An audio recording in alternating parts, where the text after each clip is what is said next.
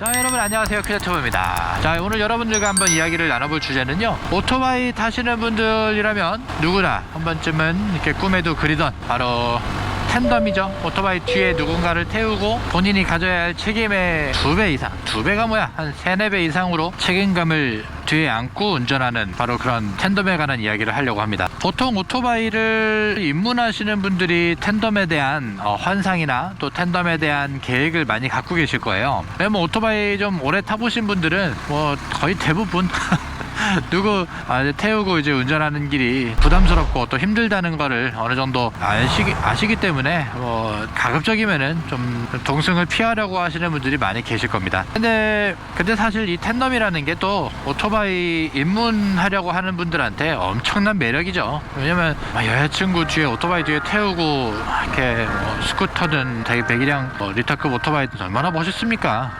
낭만적이죠.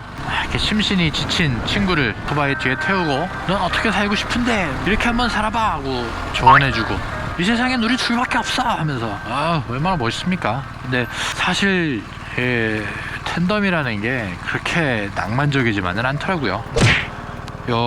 이 부분에 상당히 압박감이 오는 것도 혼자서 탈 때는 잘 안 느껴졌던 고통들이 텐덤을 하고 나면은 아주 과하게 몸에 와닿는 경우들이 참 많이 있어요. 일단 하중이 많이 쏠리다 보니까 어깨라든지 척추 그리고 허리, 목에도 부담이 많이 오고, 물론 좀 정신적인 스트레스도 혼자서 탈 때보다도 조금 더 가중이 되는 법이기도 합니다. 저 같은 경우도 뭐 사실 저희 어머니를 한번 태우고 여행을 한번 한 적이 있어요.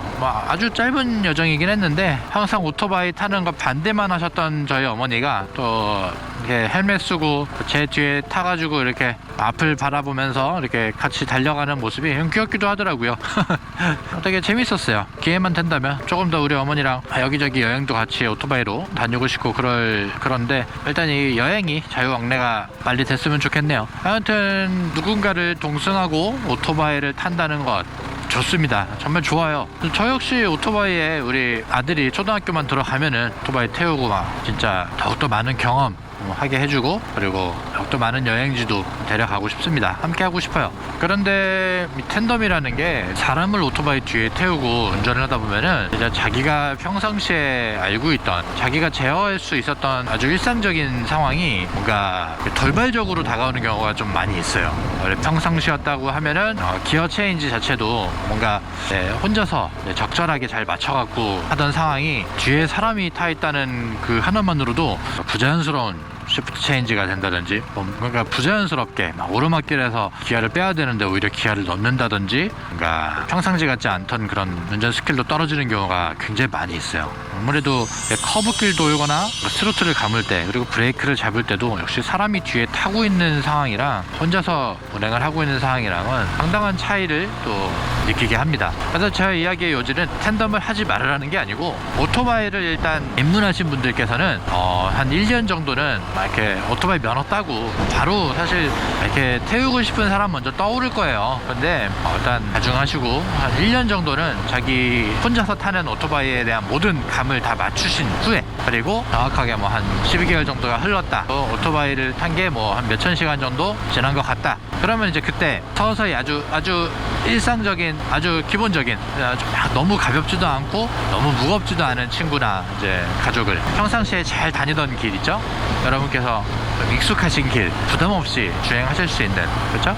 그런 길을 먼저 주행을 하시고, 그리고 나서 이제 여러분께서 꿈에 그리시던, 진짜 꼭 한번 데려가고 싶었던, 꼭 한번 같이 가고 싶었던 그런 장소를 함께 하는 게 중요할 것 같아요. 절대 마음이 급해서는 안 돼요. 오토바이라는 게 정말 혼자서 사고 나다가 그냥 가벼운 사고 나도 되게 충격인데, 정말 오토바이 뒤에 태울 정도면은 많이 소중한 사람이잖아요. 근데 자기의 운전 미숙으로 이렇게 만약에 사고가 나가지고 조금이라도 동승자가 다치게 되면은 둘 다 다시는 오토바이를 타고 싶지도 않아질 뿐더러 탈 수도 없는 상황이 올 수도 있기 때문에 항상 그런 점을 염두하셔가지고 오토바이, 자 다시 한번 강조드립니다. 오토바이를 이제 면허를 따셨다고, 그리고 또 면허를 따실 거라면 대략적으로 한 1년 정도는 시간이 지난 다음에 텐덤을 하는 것이 절대적으로 좋습니다. 항상 오토바이 타실 때는 무겁게, 마음도 무겁게, 그리고 여러분의 장비나 몸, 마음가짐 다, 모든 걸 다 무겁게 하셔야 하는 것 같습니다. 다음 컨텐츠로는 바로 오토바이의 가속이 필요한 시점, 오토바이의 순간적인 폭발력과 가속이 정말 꼭 반드시 필요한 상황에 대해서 여러분들과 이야기를 나눠보고자 합니다. 구독과 좋아요 그리고 알림 설정으로 퓨저튜브 함께 만들어가 주시면 감사하겠습니다. 퓨저튜브였습니다. 오늘도 시청해주셔서 감사하고요. 항상 여러분들께서도 하고 싶은 거 다 하고 사시고 무엇보다도 즐겁고 행복한 인생이 늘 펼쳐져 있기를 진심으로 기원합니다. 퓨저튜브였습니다. 시청해주셔서 감사합니다. 오늘 여러분들께 준비한 이야기는 여기까지입니다. 아직 구독 안 해주신 분들께서는 우리 퓨저튜브 여러분들의 구독과 좋아요 그리고 댓글로 함께 만들어지고 있습니다. 오늘도 시청해주셔서 감사하고요. 항상 행복하고 가슴 벅찬 일들이 여러분들에게 함께 하시기를 바랍니다. 퓨저튜브였습니다. 시청해주셔서 감사합니다.